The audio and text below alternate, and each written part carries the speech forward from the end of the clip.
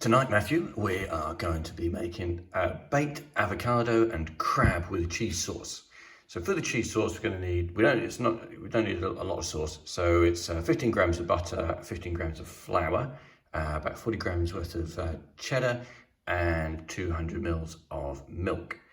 Now for the rest of it, we're going to need one avocado. So for two people, half an avocado, one crab, or if you can't get fresh crab, about 100 grams of crab meat should be fine. A couple of handfuls of cheddar cheese, and we are going to serve that with some crusty French bread. Okay, so been to the coast today, bought myself a lovely crab, and we're going to make baked avocado with the crab in it, with the cheese sauce on it, with some other cheese on top of it. And it's the kind of thing that you could serve as like I suppose it's a substantial starter. Or yeah, a small main, but it's really easy to do. There's a little bit of preparation ahead of time, and then you just whack it in the oven for about 20 minutes when it all comes together. So let's give it a go. It's gonna be crab, baked avocado with crab and a cheesy cheddar sauce. So I'm just gonna grate my cheese, although I'm getting a bit put off because someone is staring at me. So I've put the butter and the flour into the pan, and I'm now switching the cooker onto sort of a medium heat, and we'll just cook this stuff through quite slowly until it just combines.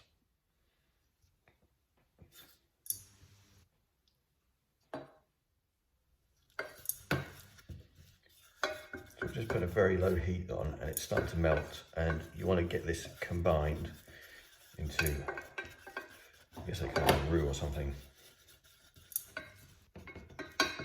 Now the key with this is that this isn't a race. This isn't something that's going to happen quickly. So slowly, you want to do this. Okay, so everything's all joined together. Now again, what we're going to do is going to add the milk very slowly, and the reason why we do that is because we don't want it to get lumps in it. So I know I said 200 ml, but use that as a guide. It might take a bit more, it might take a bit less. The other thing that I've done is I'm using a metal pan as opposed to a non-stick one, because you might end up at a stage where you want to whisk out some of the lumps, and obviously it's going to mess with your Teflon pan. Okay, so each stage I'm making sure it doesn't get lumpy, and then I can add some more milk.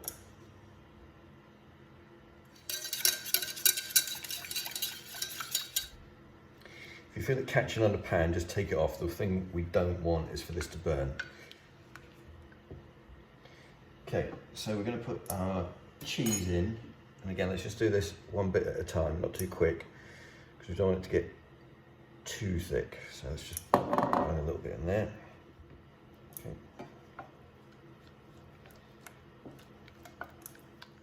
You haven't got any lumps in there. Now, I know that's taken us, I don't know, maybe 5 or 6 minutes.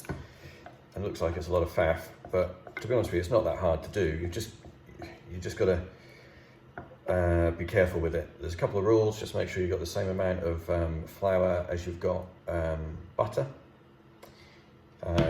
Don't try and work it too quick. The amount of milk you put in there is just a guide, and just keep on stirring and make sure it doesn't burn and catch at the bottom.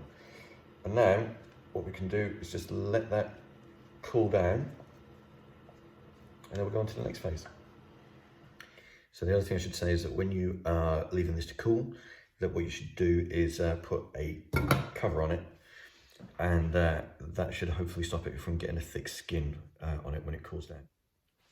Rosie, you will go on my first whistle.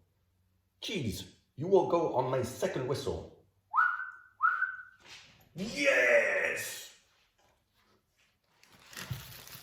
Went to the coast today, went to a place called Burnham Overy Staithes. There's a lovely little fish shop just down the road in Burnham Market. Got ourselves a crab. All we do from here is just take the crab meat out, and just mix it in a bowl to start off with. Some people get a bit funny about the crab meat. If you're one of those people, then yeah, you're just going to have to just have the white meat on there. But myself and my wife aren't, so we're going to do a mixture of the two, just mix it into a bowl.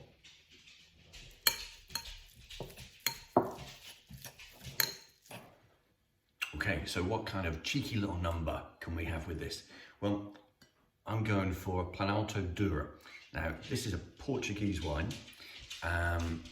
We first had this when we were in Portugal, but you can get it in the UK. Majestic Wine, they sell it. It's a relatively inexpensive wine, probably around about £6 mark, but it's very, very good. And I think the crab and the sauce is kind of like a summer kind of meal or starter or whatever.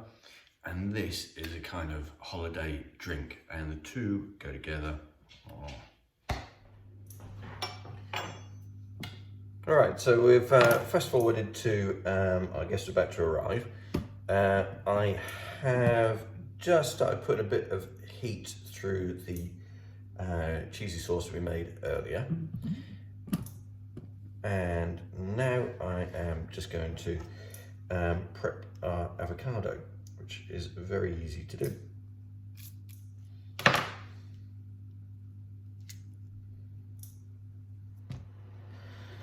And I'm just going to chop the bottom off that so it just sits nice and flat in my tray.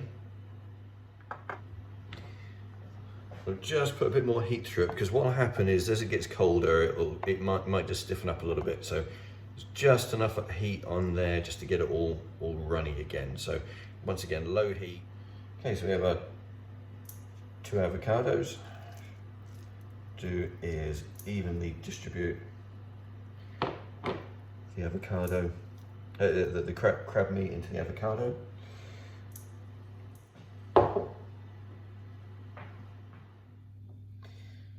So I'm now going to put just a little bit of cheese on top there.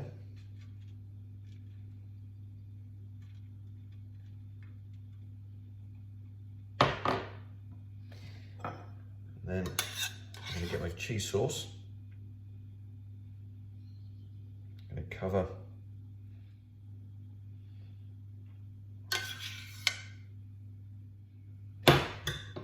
And then I'm just going to top up again with some more cheese.